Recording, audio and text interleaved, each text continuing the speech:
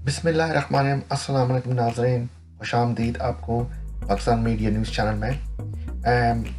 आज हम डिस्कस करेंगे कि पाकिस्तान में लॉकडाउन की क्या सिचुएशन है, कि लॉकडाउन में नरमी करनी चाहिए कि नहीं करनी चाहिए, और लॉकडाउन की नरमी के क्या असरात होंगे और क्या नुकसान होंगे, और सिंध गवर्नमेंट और ये वफाक गवर्नमेंट का किस गवर्नमेंट का सही फैसला है। तो वीडियो शुरू करने से पहले इसको वीडियो को लाइक करें, सब्सक्राइब करें और शेयर करें।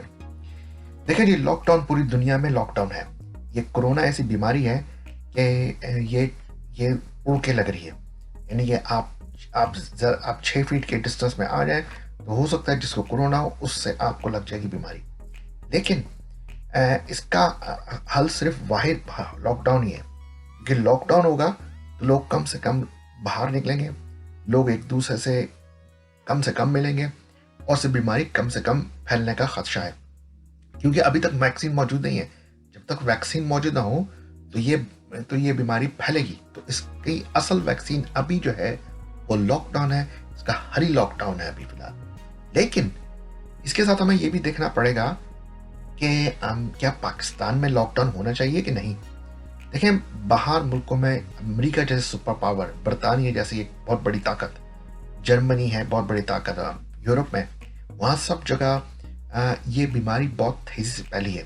हालांकि उनका हेल्थ सिस्टम हमारे पाकिस्तान के हेल्थ सिस्टम से कहीं ज़्यादा अच्छा है, लेकिन वहाँ बहुत तेज़ी से फैली है और जितनी अमवात वहाँ होनी है तेज़ी से, उनके लिए संभालना मुश्किल हो गया और एक तबाही मच गई। अमेरिका में एक तबाही मच गई, बरतानिया में भी तबाही मच गई।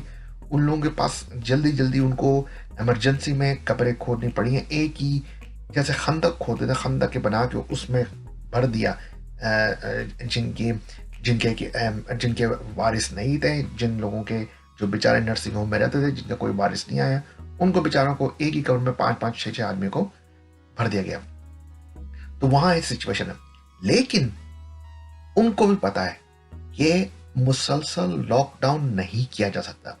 मुसलसल लॉकडाउन से आम आदमी का बहुत नुकसान होगा, मईशत का बहुत नुकसान होगा, उनका मुल्क बहुत नीचे चला जाएगा।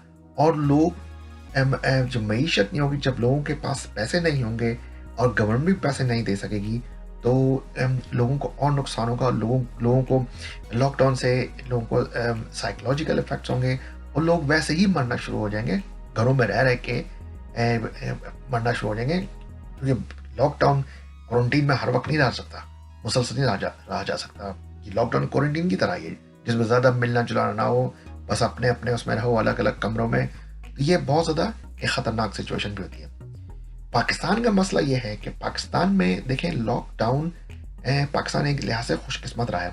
हालांकि आप देखें एक घर में 8-8, 10-10 लोग रहते हैं पाकिस्तान में, लेकिन लॉकडाउन फैला नहीं है इतनी तेज़ी से। इसका एक मतलब तो पता चलता है कि ये जो यहाँ वायरस था पाकिस्तान में, वो इतना ज़्यादा ताकतवर नहीं था। अगर वो बहुत ज़्यादा ताकतवर होता तो यहाँ बहुत तेज़ी से फैल जाता और बहुत ज़्यादा अमवात हो सकती थी यहाँ पर। यहाँ तो संभालना मुश्किल होता। यहाँ की आबादी 22 करोड़, बरतानिया की आबादी 6 करोड़, इटली की आबादी 5.5-6 करोड़। तो यहाँ पे तो संभालना ही बहुत मुश्किल होता। लेकिन इस लिहाज से खुशकिस्मत रहे हैं और लगता ऐसा ही है। अभी वायरस इतनी तेज़ी से फैल नहीं रहा और इतनी अमवात नहीं हुई है। तो हमारे लोग अगर मुसलसल लॉकडाउन में रहेंगे तो बहुत ज़्यादा सख्ती हो जाएगी, क्योंकि लोगों को काम पे भी जाना है, लोगों को खाना भी है। यहाँ पर बहुत गुर्बत है, तो लोगों को तो यहाँ काम करना पड़ेगा, खाना पीना पड़ेगा। खाएंगे नहीं तो लोग जिंदा नहीं रह सकेंगे।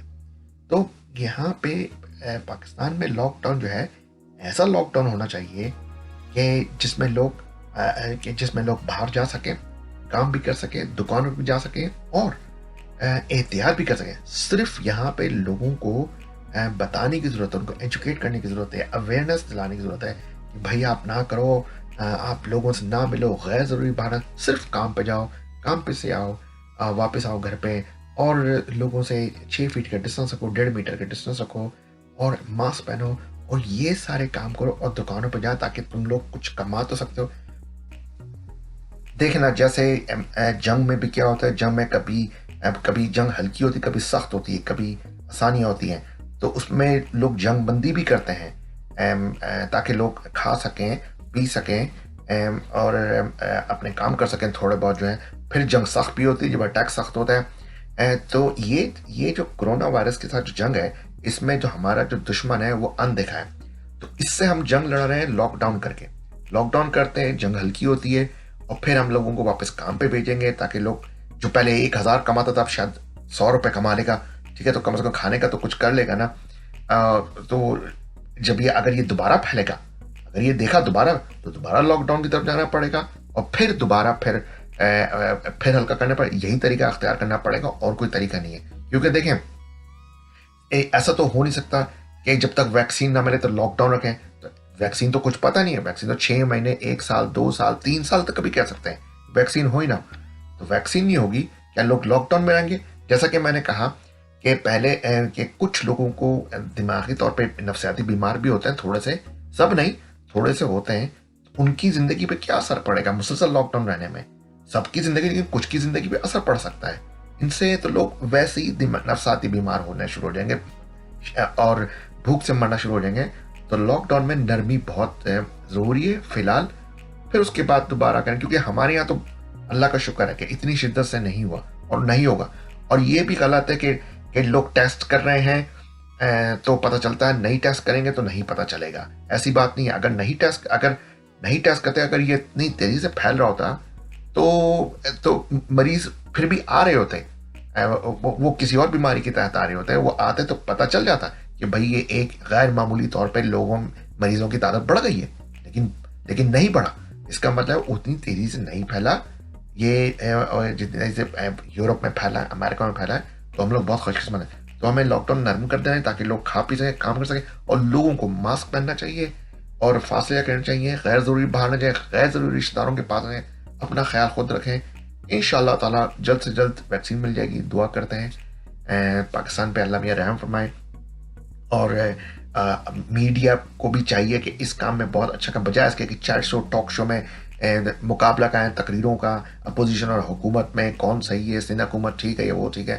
ایسا نہ کریں, اپنی ریٹنگ نہ بڑھائیں, لوگوں کو بتائیں کیا کرنا ہے تاکہ لوگ کما بھی سکیں اور کھا بھی سکیں. میڈیا کا یہی کردار ہونا چاہیے اس کے اندر.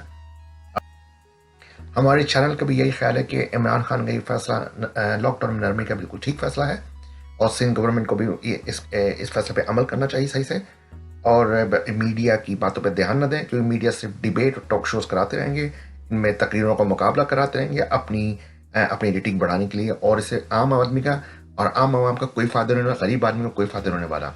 ویڈیو ختم کرتے ہیں. ہمارے چینل کو سبسکرائب کریں, لائک کریں, شیئر کریں اور گھنٹی کے بٹن دبائیں تاکہ آپ کو فیوچر کی ویڈیوز ملتے رہیں.